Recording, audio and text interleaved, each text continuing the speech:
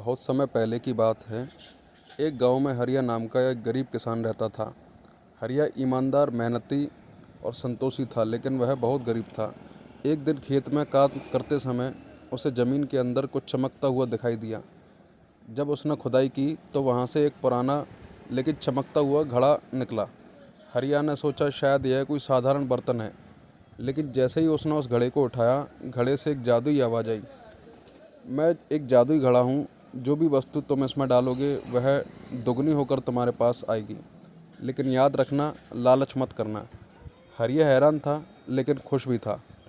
हरिया ने उस घड़े में एक आम डाला और दो आम निकाले। उसने एक सिक्का डाला और दो सिक्के बन गए। धीरे धीरे उसकी गरीबी दूर होने लगी। वह ज़रूरत भर का उपयोग करता था। गांव में लोग हैरान थे कि हरिया अब आरामदायक जीवन कैसे जी रहा है, पर वह किसी को घड़े के बारे में नहीं बताता था। एक दिन उसके लालची पड़ोसी भोला ने उसे घड़े में कुछ डालते हुए देखा। भोला ने रात को चुपके से घड़ा चुरा लिया।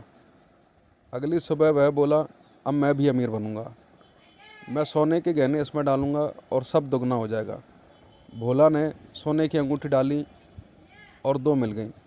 फिर उसने चांदी, कपड़े, पैसे और बहुत सारी चीज़ें डाली और उन सब का दुगना कर दिया। फिर वह बोला, क्यों ना मैं खुद ही इसमें चला जाऊं। जब मैं घड़े में जाऊंगा तो मेरा दूसरा रूप भी आएगा।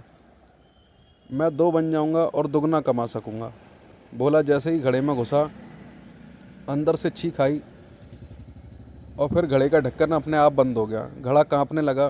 फिर उसमें से धुआं निकला और आवाज़ आई, लालचियों का यही अंजाम होता है। घड़ा वहीं फट गया और भोला कभी नहीं मिला।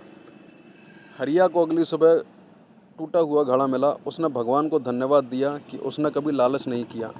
इस कहानी का संदेश यही है, जादू से बड़ी चीज़ है संतोष। जो लालच करता है वह सब कुछ खो देता है।